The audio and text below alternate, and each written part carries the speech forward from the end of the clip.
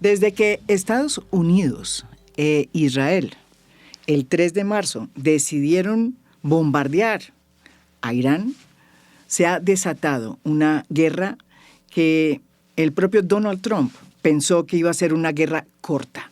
Después de los ataques a Irán, la ola se ha expandido, porque Irán respondió, y respondió atacando las bases estadounidenses que hay en los países vecinos que integran el Medio Oriente. Atacó en Qatar, atacó en Bahrein, atacó en los Emiratos Árabes y en Kuwait, entre otros países. Luego se supo que en el primer bombardeo que hicieron las fuerzas estadounidenses e israelíes sobre Teherán, había muerto el Jomeini y líder religioso de la República Islámica de Irán, Ali Khamenei. Él había estado ahí, en ese puesto tan importante, 37 años. Y desde luego la reacción que hubo en Irán fue muy impresionante. Lloraron a Khamenei. Es que el régimen iraní decidió seguir por la vía de la línea dura y lanzó un nuevo desafío al presidente Donald Trump y también a Israel, al nombrar como sucesora a Mojtaba Khamenei, hijo del abatido jefe de la tiranía. La televisión estatal iraní, controlada por la dictadura, hizo el anuncio de un comunicado sobre la decisión tomada por la llamada asamblea de 88 expertos luego de 10 días del inicio de las operaciones de Israel y Estados Unidos para acabar con ese régimen. Y en medio de los bombardeos que todavía no cesan sobre Teherán, el gobierno de Irán eligió al sucesor de Khamenei. ¿Y a quién eligió? Pues al hijo de Khamenei, a Mahatma Khamenei. Él fue seleccionado por la Asamblea de Expertos y es hoy el nuevo líder supremo de Irán. Irán ha dicho que no hay posibilidad de negociación con los Estados Unidos y que se rompieron esos puentes que inicialmente se abrieron. Y la pelea hoy se concentra por el control del estrecho de Hormuz, que es un pequeño cuello de botella marítimo de apenas 33 kilómetros de ancho entre Irán y Omán, que es por donde pasa cerca del 20% del petróleo mundial que viene precisamente del Golfo Pérsico. Por ahí, por el estrecho de Hormuz, es que sale el petróleo proveniente de Arabia Saudita, de Kuwait, de Qatar, de Emiratos Árabes, de Irán y de Irak. Gran parte de ese petróleo va para China, quien es el país que más compra petróleo a Irán. Y que hoy también está en ascuas, porque si hay problema en el estrecho de Hormuz, pues obviamente ellos van a estar afectados. El primer efecto que tuvo ya esta guerra fue la trepada en los precios del petróleo. El barril llegó a estar a más de $100 después de los primeros 5 días de la guerra. Y el precio ha empezado a bajar un tricito nomás, desde que Donald Trump salió a decir que esta guerra no iba a durar mucho, que iba a acabar pronto. Óiganlo. El presidente de Estados Unidos, Donald Trump, asegura que la guerra contra Irán será breve y reiteró que la ofensiva continuará hasta lograr la derrota total del enemigo. Dijo que está considerando además tomar el estrecho de Hormuz. Este lunes, los precios del petróleo estadounidense se elevaron por encima de los $100 por barril. Sin embargo, tras el anuncio del presidente Donald Trump sobre el posible fin de la guerra en Irán, las cotizaciones del crudo cayeron por debajo de esta cantidad. El mercado también se tranquilizó ante la posibilidad de que los países del G7 recurrieran a sus reservas para contener los precios. Para entender qué está en juego con esta guerra, que realmente es una guerra que todavía no sabemos si se va a terminar pronto, como dice Donald Trump, o si va realmente a encender la pradera en el Medio Oriente, hemos invitado a la profesora Margarita Cadavid. Ella es una experta en el Medio Oriente y con ella vamos a ir de la mano para que nos explique qué es lo que está pasando en el Medio Oriente, cómo puede afectar aquí a Colombia, al mundo en el que nos movemos todos, y qué implicaciones tiene ya lo que está sucediendo en Irán. Hoy no se sabe cuántos son los muertos todavía, porque los números varían a partir de los bombardeos que se han planteado sobre Irán. Se hablan de 100.000 muertos, pero todavía los datos no son claros. Y por parte de las fuerzas estadounidenses se habla de 5, de 6 oficiales, miembros de militares, de las fuerzas militares de Estados Unidos que han caído muertos en estos bombardeos. Lo cierto es que lo que se pensaba que iba a ser una operación quirúrgica al estilo de Venezuela, que produjo la extracción rápida, automática casi, del dictador venezolano Maduro y de su esposa, aquí se está convirtiendo en el comienzo de una guerra. Hoy las fuerzas de Irán han decidido cerrar el estrecho de Hormuz. Ese es uno de los temas más candentes porque eso ha producido una súbita subida del petróleo y los efectos que eso vaya a tener pues los vamos a sufrir todos. Toda esta operación se hace 6 meses antes de que Netanyahu vaya a elecciones en donde espera ser reelegido y también de las elecciones que se van a realizar en noviembre en Estados Unidos que se conocen como midterm, donde se miden de nuevo las fuerzas en el Congreso. Eso es lo que está pasando hoy. Para entender hacia dónde va lo que hoy se considera una guerra que empieza a abrirse en el Medio Oriente, hemos traído a la experta en esa región del mundo, Margarita Cadavid, profesora, porque además en el podcast pasado, que se lo recomiendo, ella dijo que si se hacía una operación como la que finalmente se hizo, lo que se podía desatar era una guerra infernal. Bueno, Margarita, estamos otra vez, bienvenida acá. Muchas gracias, como siempre un placer estar aquí contigo y pues con toda la gente que nos escucha en este podcast. Pues efectivamente sobre la mesa estaba, como lo habíamos dicho, habíamos planteado una serie de escenarios posibles, ¿verdad? Entonces dijimos, está la diplomacia, está la posibilidad de un ataque por tierra, que dijimos el ataque por tierra no es posible en este momento y dimos una serie de razones y explicamos que muy probablemente lo que iba a pasar era que íbamos a tener un ataque quirúrgico como los que habíamos tenido en junio del 2025 a puntos estratégicos. Exacto. Bueno, y entonces habíamos dicho eso y habíamos dicho que también se iban a digamos, en el contexto, porque estamos hablando precisamente en el contexto del debilitamiento del régimen de los ayatolás, de las protestas que se estaban presentando y el porqué de esas protestas, y dijimos es probable también que se hagan ataques a los centros de poder de la estructura de la Guardia Revolucionaria de los mismos ayatolás, y efectivamente pues eso es lo que termina pasando en un momento donde claro, esto tiene, como decíamos antes de empezar esto, un tufillo a lo que pasa en Venezuela, pero no es comparable, y digo que tiene un tufillo porque por un lado estábamos viendo que se estaban llevando a cabo las conversaciones en Ginebra, precisamente para lo del programa nuclear iraní, para detener el programa nuclear iraní. Ahí yo creo que hay que entender una cosa, porque la idea que se está vendiendo un poco es que el ataque conjunto que realizan Benjamín Netanyahu y Donald Trump es un ataque enfocado, digamos, enmarcado en lo que se denomina una guerra preventiva o lo que se denomina una guerra necesaria. Preemptive war, se dice. Sí, exacto. Y se dice que esa guerra se lleva a cabo cuando hay una amenaza existencial o vital para el Estado. Entonces, claro, ahí la amenaza es un Irán nuclearizado, pero es que resulta que del programa nuclear iraní nos están hablando hace 20 años. Y además de eso, hace 6 meses que fueron los ataques a esas centrales nucleares, la de Fordo y la de Natanz. Una de las cosas que se dijo, y lo dijo Donald Trump, es las capacidades nucleares de Irán están acabadas. Luego, ahí la pregunta que se hace uno y que se le ha hecho también a Donald Trump en las ruedas de prensa es, si ya estaba diezmada la posibilidad, ¿por qué atacar? Pero entonces ubiquémonos en un contexto muy importante, porque esta nueva operación que no resultó quirúrgica sobre Irán, comandada por las fuerzas de Netanyahu y de Donald Trump, se hace después de que se inundaron las calles de Teherán, sobre todo, de protestas, de jóvenes que salieron a decir estamos mal. Queremos el cambio.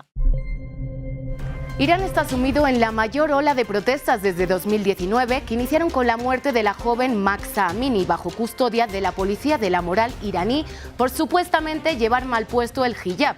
Las manifestaciones se han extendido por todo el país, dejando decenas de muertos, y por primera vez son las mujeres jóvenes quienes lideran las marchas.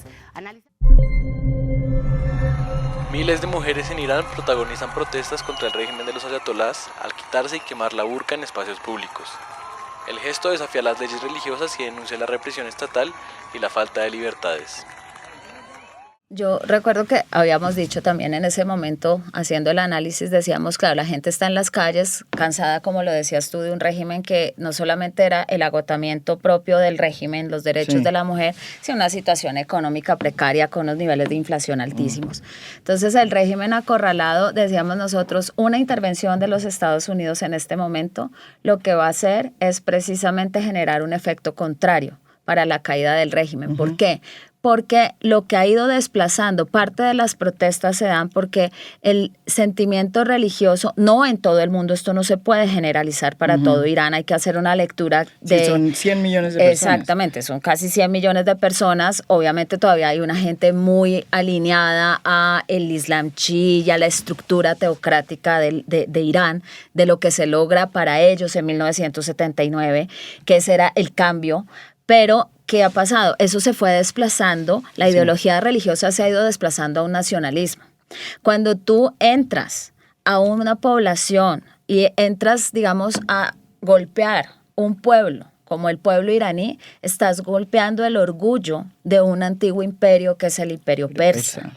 Y como estamos en el resurgimiento de ese nacionalismo, evidentemente eso va a cohesionar a gran parte de la población. No podemos hablar de toda la población, no podemos hacer esas generalizaciones porque tendríamos que saber en sitio qué está pasando y qué piensa la gente. Pero muchas personas ahora están abocadas en contra de ese extranjero que los está atacando, pero con un factor adicional, es que ahí también está Israel. Y con Israel ahí metido, esto genera todavía más animadversión a esta intervención extranjera. Entonces, contrario a contribuir con el colapso del régimen, esto lo que hace es darle una distracción perfecta al régimen y, si no a los ayatolás, sí a la Guardia Revolucionaria y a esa estructura que la gente va a terminar y seguir apoyando en pro de una defensa frente al ataque que están viendo. Porque hay que decirlo, esto es un ataque. Irán no había hecho nada.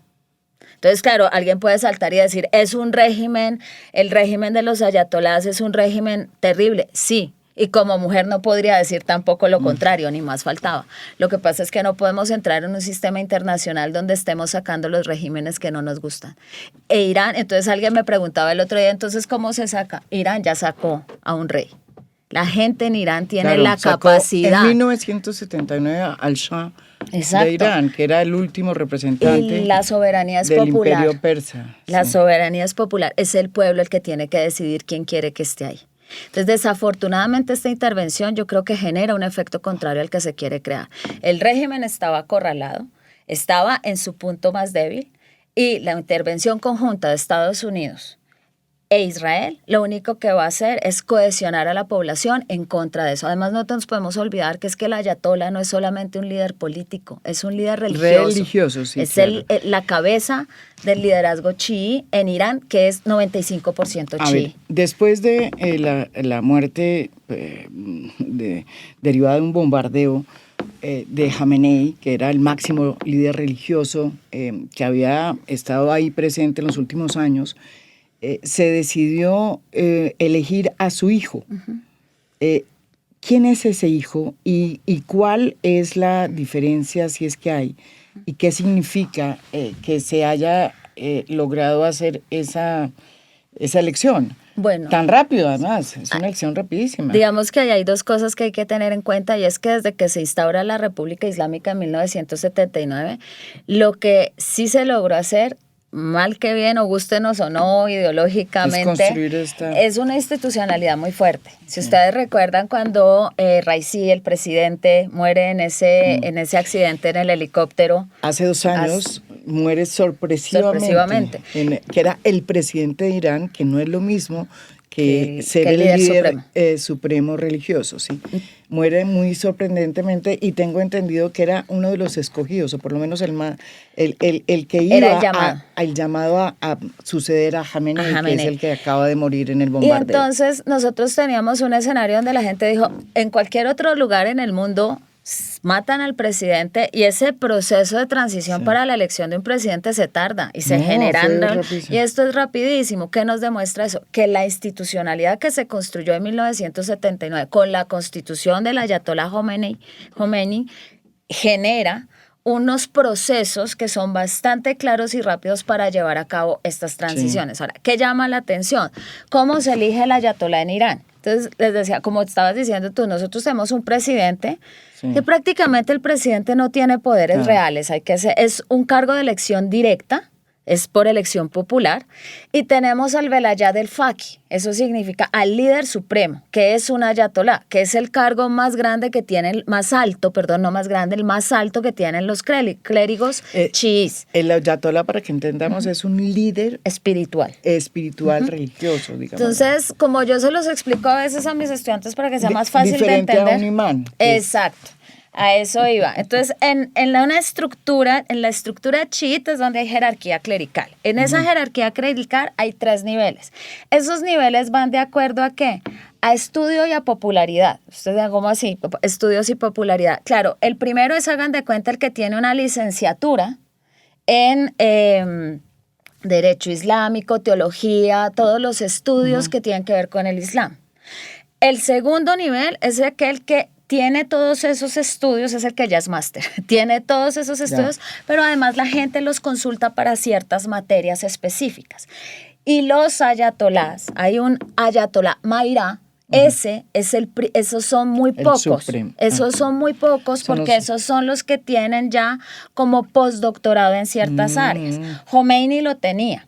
Khomeini estaba en el más alto porque el Shah se lo dio, de hecho. Khomeini es el primero ayatolá que reemplaza, digamos, alguna manera al Shah. Al Shah. Y en el 79. Sí. ¿Cómo se organiza eso? Entonces, en las regiones, en las circunscripciones electorales, el otro cargo que es por elección es el de la asamblea de expertos. Esa asamblea de expertos está compuesta por 88 ayatolás. Esos 88 ayatolás son electos por la gente dentro de cada una de esas circunscripciones. De esos 88 sale el Velayat del Faqih, que es el líder supremo.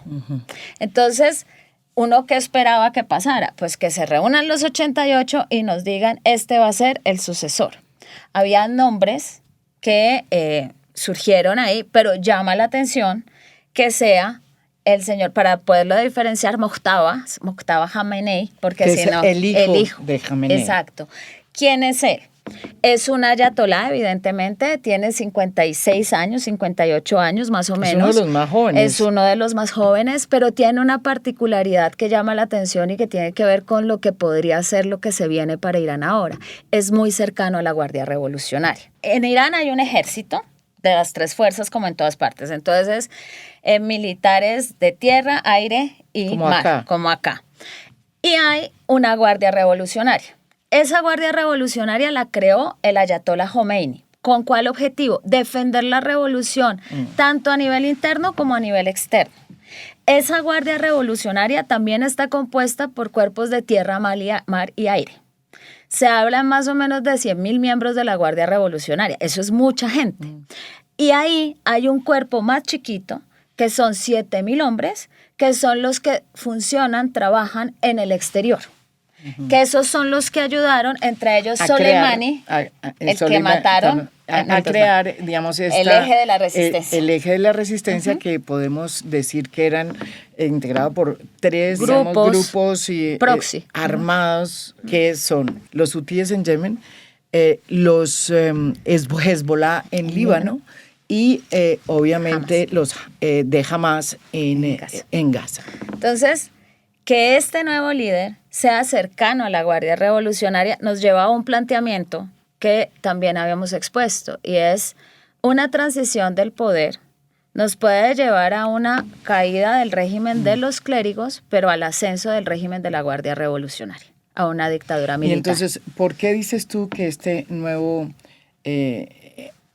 el nuevo líder religioso, el nuevo ayatolá, que es el hijo de Jamenei, tiene una relación muy estrecha con la Guardia Revolucionaria? Digamos que ¿Qué lo diferencia de su padre? Este personaje, digamos, la línea es un poco la misma línea de Jamenei, ¿sí? Y digamos que sus lazos más estrechos son con la Guardia Revolucionaria y no con la gente como en los otros ayatolás que les decía que la gente los consulta en ciertas cosas espirituales. De hecho, los otros dos nombres que sonaban para ser los nuevos ayatolás eran personas que habían estado dentro del gobierno. Personas que habían tenido cargos dentro del gobierno. El hijo Mojtaba, aunque había estado ahí en esos, no funcionaba en esos, digamos, en esa institucionalidad tan visible, sino al otro lado, con la Guardia Revolucionaria. Entonces yo creo que aquí lo que está sucediendo es que, claro, la apuesta es, yo siempre les he dicho, en Irán se habla de moderados, reformistas y de los, digamos, de línea dura, pero ahí hay que entender una cosa, si uno es moderado de línea dura. Si uno es moderado y reformista, ¿cuál es la diferencia con la línea dura? No es que quiera tumbar el modelo de los clérigos. Lo que va a pasar es que son más abiertos o no a la relación con Occidente y a los derechos y libertades de la población iraní. Pero no significa que el reformista o el moderado sea alguien que quiera cambiar el régimen de los ayatolás. Lo que estamos diciendo es que con lo que pasó en Irán, lo que ha pasado dentro del régimen que impera desde 1979 es que se radicalizó luego de el bombardeo sobre la estructura en donde estaba el máximo líder religioso, que era Jamenei. El nuevo, que es su hijo, podría radicalizar aún más ¿sí o no? Yo creo que sí es de esa línea dura. Obviamente en este momento no están abiertos a un diálogo con Occidente, por obvias razones, y obviamente lo que está pasando ahora es que ha habido un viraje estratégico en las respuestas militares que dan. Porque el viraje estratégico ha sido, Irán había utilizado primero la paciencia estratégica. En esa paciencia estratégica nosotros veamos que años atrás a Irán le mataban, por ejemplo, un científico del programa nuclear iraní y no pasaba nada.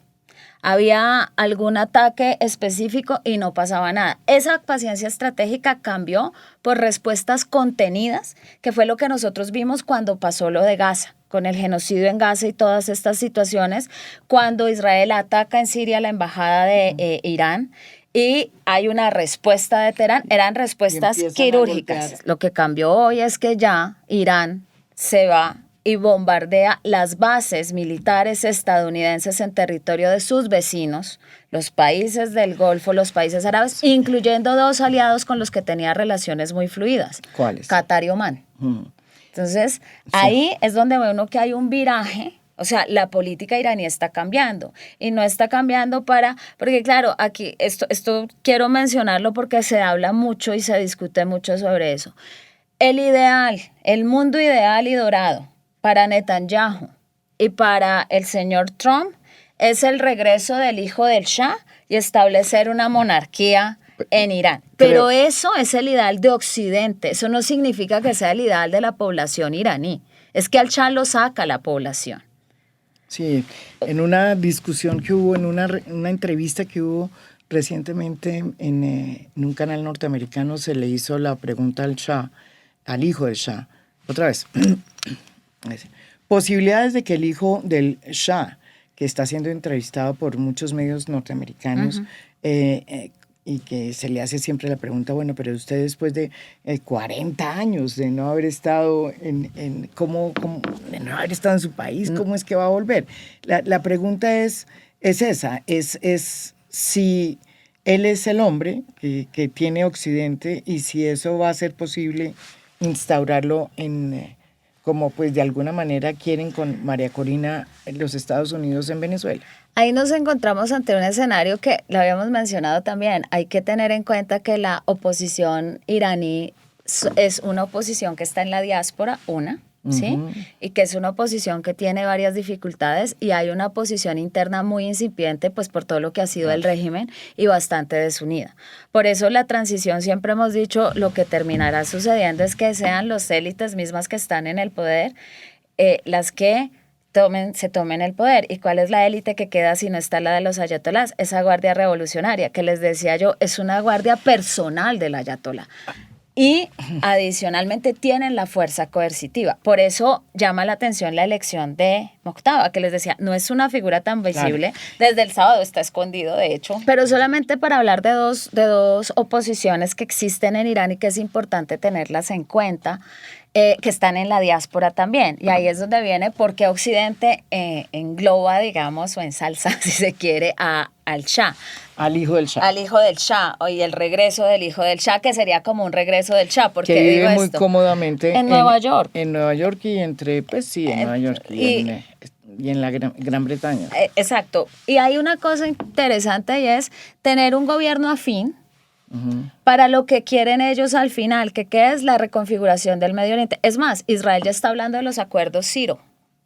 Entonces, Ciro el Grande fue el emperador persa que le permitió a los judíos regresar a su tierra prometida después del exilio babilonio con Nabucodonosor II. Entonces, los acuerdos Ciro son la versión para Irán de los acuerdos Abraham. Entonces, lo que ha querido Israel siempre es poder tener un liderazgo en el Medio Oriente, porque tiene las capacidades, pero yo no puedo ser líder si nadie me sigue. ¿Y quién sigue a Israel en el Medio Oriente? No, ahora tiene un gran aliado que es Donald Trump, que lo convenció y ahí está. Una pregunta, hablando de aliados. A mí me sorprende mucho la actitud que ha tenido uno de los países con los cuales Irán ha logrado como una especie de tregua, que es Arabia Saudita. Arabia Saudita no ha dicho nada. ¿Eso qué significa? A ver, entre Arabia Saudita e Irán ha habido una competencia regional histórica. De hecho, había autores que hablaban en su momento de una guerra fría entre los dos. ¿Por qué? Porque son los dos que tienen las capacidades económicas, militares y de liderazgo ideológico, no capitalismo, comunismo, sino del Islam chií y el Islam suní. Y eran unos competidores importantes en la región. Hay que aclarar, el régimen de Irán es chiita.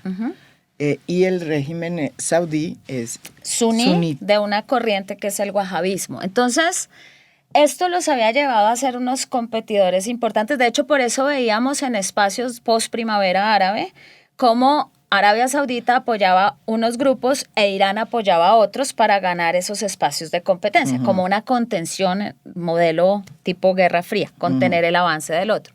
Porque ahora Arabia Saudita siempre se ha opuesto o siempre se opuso y le pidió en reiteradas ocasiones, y lo dijo públicamente, que no se atacara a Irán. Porque el proyecto de Arabia Saudí del príncipe Ibn Salman es un proyecto que se llama 2040. Ese proyecto 2040 es convertir a Arabia Saudita en un lugar como lo es Emiratos Árabes, de turismo, de que se hagan allá conferencias, que el aeropuerto sea un aeropuerto por donde pasen todos. Como Qatar también. Exactamente. Entonces, apelar al crecimiento del turismo, a un reposicionamiento, que eso va a tener unas cuestiones internas complicadas por la alianza que tienen con el wahabismo y con todo eso, pero eso es otro tema. ¿Y esto qué hace? Esto perjudica el proyecto económico y el proyecto a futuro de Arabia Saudita. Arabia Saudita no quiere una guerra en el Medio Oriente. Y también hay otra cosa que hay que tener en cuenta. Cuando les decía de este viraje estratégico de Irán, ¿qué es lo que ha hecho Irán? Atacar las bases de todos los países vecinos, incluyendo los aliados e incluyendo los no tan aliados. ¿Con qué objetivo? En una acción desesperada, atacan esas bases militares estadounidenses para que sean los mismos países que acogen esas bases los que presionen la retirada de Washington. Ahora, esto tiene pues un efecto que, por eso lo primero que pasó en esta guerra fue que se regionalizó. O sea, esto se extendió rápidamente, se salió de las fronteras de Irán, lo que no había pasado antes, porque Irán ya no está dispuesto a contenerse como antes, e Irán está en un momento desesperado y acorralado y va a hacer lo que pueda. Ya vamos en el estrecho de Hormuz. Claro. Y vamos con un bombardeo que es cerca a Europa, porque se hizo un bombardeo en Chipre. Exacto, y era el mensaje también para Europa, ¿no? Bases desde donde nos estén atacando, nosotros las vamos a atacar. Entonces, eso es lo que hay. Entonces, en ese contexto... La pregunta que muchos nos hacemos, profesora, es, bueno, entonces, tenemos la historia de Irak, ¿sí? Que esto se parece de pronto mucho a Irak. Sí, tiene un Entonces, tufillo. era un régimen dictatorial, suní, por lo demás, que es derrocado, ¿sí? Saddam Hussein muere. Pero, ¿qué llega después? Claro. Llega después una situación muy complicada que hasta hoy está haciendo realmente estragos en el Medio Oriente. A ver, hay que tener en cuenta, digamos, el escenario en dos niveles. Entonces, el primer nivel es, planteémoslo en términos de lo que quieren los Estados Unidos y Israel, sin necesidad de plantear qué tipo de régimen va a quedar internamente. Entonces, con esto tendríamos la desaparición del eje de la resistencia, digamos, tendríamos una disminución de las actividades de esos grupos proxies en el Medio Oriente y tendríamos, por lo tanto, un escenario favorable. Aquí el ganador sería Israel, ¿sí? Y su defensa. Pero internamente, ¿qué se viene? Internamente hay que entender que la composición, lo que pasó en Irak, fue que nosotros terminamos con una violencia sectaria entre sunís y chiíes y con la creación de un grupo, de ahí sale el Daesh, el famoso Estado Islámico. Es decir, nosotros terminamos con un escenario de violencia y de radicalización muy fuerte. El caso de Irán sería más parecido al caso de Libia. En el caso de Irán, por la composición étnica, porque claro, de hecho, una de las razones por las cuales el Shah de Irán en 1931-35 le cambia el nombre al país de Persia a Irán es porque dice, aquí no solamente somos persas, aquí somos arios, y por eso se pasa a llamar Irán, persas, Irán, arios, todos arios indoeuropeos. Entonces eso incluía y lograba galvanizar más a la población, pero no nos podemos olvidar que allá hay kurdos. De hecho, no demora Estados Unidos en empezar a endulzarle el oído a los kurdos para que los ayude, como han hecho siempre en todos este tipo de escenarios, y siempre los traicionan a los kurdos, siempre los terminan dejando solos. Entonces ahí están los kurdos, ahí hay otras poblaciones y otras minorías, y esto nos puede llevar a una atomización del territorio iraní muy grave. Parecida a la que hoy vive Libia. Que tenemos en Libia un Estado reconocido, un Estado no reconocido y unas disputas por el poder muy fuertes. Entonces, ese es un escenario que si esto se prolonga y si esto, digamos, llega en el peor escenario posible que planteemos nosotros a futuro, ese sería el peor escenario posible. Y hablar de un Irán desestabilizado es hablar de un territorio enorme, inmenso, con una posición geoestratégica importantísima, y fuera de eso, pues, mal que bien, era el que tenía ahí como la batuta en términos de violencia interétnica, pues no, eso no lo teníamos. Y ya para finalizar, profesora, una de los planteamientos que están haciendo desde la Casa Blanca es que no les importa si hay que mandar tropas, que sería ya un paso más allá de los que se han hecho, a Irán, que fue lo que pasó también con Irak. ¿Eso qué significa? ¿Significaría que este es un conflicto que según usted se está ya no es una operación quirúrgica y se nos está no solamente regionalizando, sino que se está volviendo una guerra? Claro, y alargando. Porque si hay una intervención por tierra, lo más seguro es que eso se prolongue en el tiempo. Y si hay una intervención con tierra, una de las cosas que va a pasar en estos escenarios es que empiezan a aparecer precisamente esos grupos de apoyo al antiguo régimen, de defensa nacional del territorio, pero también de aquellos que pueden aliarse con las personas, digamos el Estado que entra a intervenir. Entonces uno podría tener, por ejemplo, una alianza Estados Unidos-Israel-Kurdos, y esto se convertiría en uno de estos escenarios que ya habíamos visto en el Medio Oriente. Es que las lecciones de la historia que nos deja la historia es que el Medio Oriente nunca ha sido un lugar fácil para llevar a cabo este tipo de intervenciones y mucho menos de presionar transiciones al poder. Las transiciones al poder y los intentos de transición al poder que han hecho los occidentales en el Medio Oriente han terminado con países fragmentados, con problemas interétnicos en esos países o con grupos terroristas que terminan ampliando sus, digamos, con unos objetivos mucho más amplios, con unos mecanismos y medios de violencia mucho más extremos, como lo fue el Daesh. Y aquí hay un invitado de piedra a toda esta fiesta, que es el que está observando todo. Que es China. China extrarregional y Turquía regional. Entonces, esto tiene que ver, para Estados Unidos tiene que ver con, de esto no se habla mucho, aunque ya sale bastante en los medios, y es la cuarta parte del petróleo que le compra China es petróleo de sanciones. ¿Eso qué significa? Irán. Que es petróleo que China le compraba a países que tenían sanciones económicas. ¿De dónde provenía ese petróleo? De Venezuela, que es lo primero que hace, y de Irán. Entonces, ¿qué está pasando para China ahora? Para China en este momento, los costos que tiene que asumir por compra de petróleo, que lo necesita para todo su proyecto de expansión y de China 2049, que es cuando se cumplen los 100 años de la República Popular de China, pues esto lo va a retrasar. Entonces, lo que hay detrás también de todo esto es un Donald Trump tratando de contener el ascenso de su enemigo, que hoy es China. No Rusia, como mucha gente piensa. China es el enemigo que tiene que contener Donald Trump y lo está conteniendo a través de eso. Y ahora Turquía tiene una posición muy complicada. ¿Por qué? Porque esto le favorece a Israel. Pero detrás de Israel también hay un proyecto del que no se habla, que es el famoso Gran Israel. Entonces Israel va por más territorios.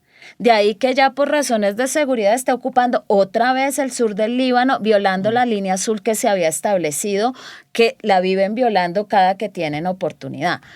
Eso pasó también con Siria. Y ahora vamos a tener entonces que, claro, ellos están armando todo su proyecto, como les decía, del acuerdo sirio, de un nuevo Medio Oriente, pero en ese nuevo Medio Oriente también está Turquía con su proyecto expansionista a través del soft power y a través de todos los elementos que ya hemos visto, que no se lo van a dejar arrebatar tan fácil. Entonces, aquí hay en juego unas cuestiones que son internas, regionales y mundiales.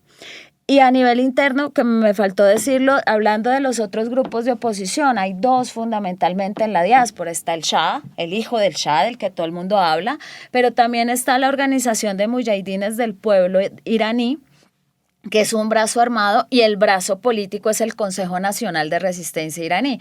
Ese primero que les mencioné tiene sus actividades en Irak. Y ese primero nace en 1965, apoya la revolución islámica, además era de corte islamista, islamismo chií, revolucionario chií, pero con ideas marxistas. Wow. Y viene... Y es catalogado, está en la lista de grupos terroristas. Entonces, y tiene un Consejo de Resistencia iraní que se funda en 1981, que es la alternativa, ellos se muestran como la alternativa democrática de Irán. Entonces, y son fuertes. Sí, en el exterior. Eso es, el famoso MEC es como se le conoce. Entonces, esos son fuertes en el exterior, pero es una posición, como te decía, muy atomizada. Y aquí nos volvemos también al mismo escenario. ¿A Occidente le sirve la democracia que la población quiera o le sirve el gobierno que ellos quieran poner? Esa es una buena pregunta, porque cuando vimos lo que pasó en Egipto, la pregunta queda abierta.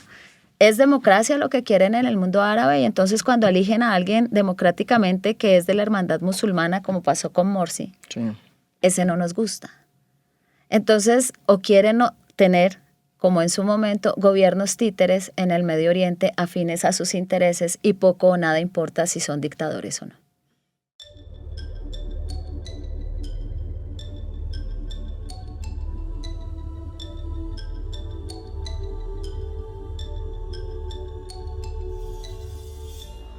A Fondo es un podcast producido por Mafialand.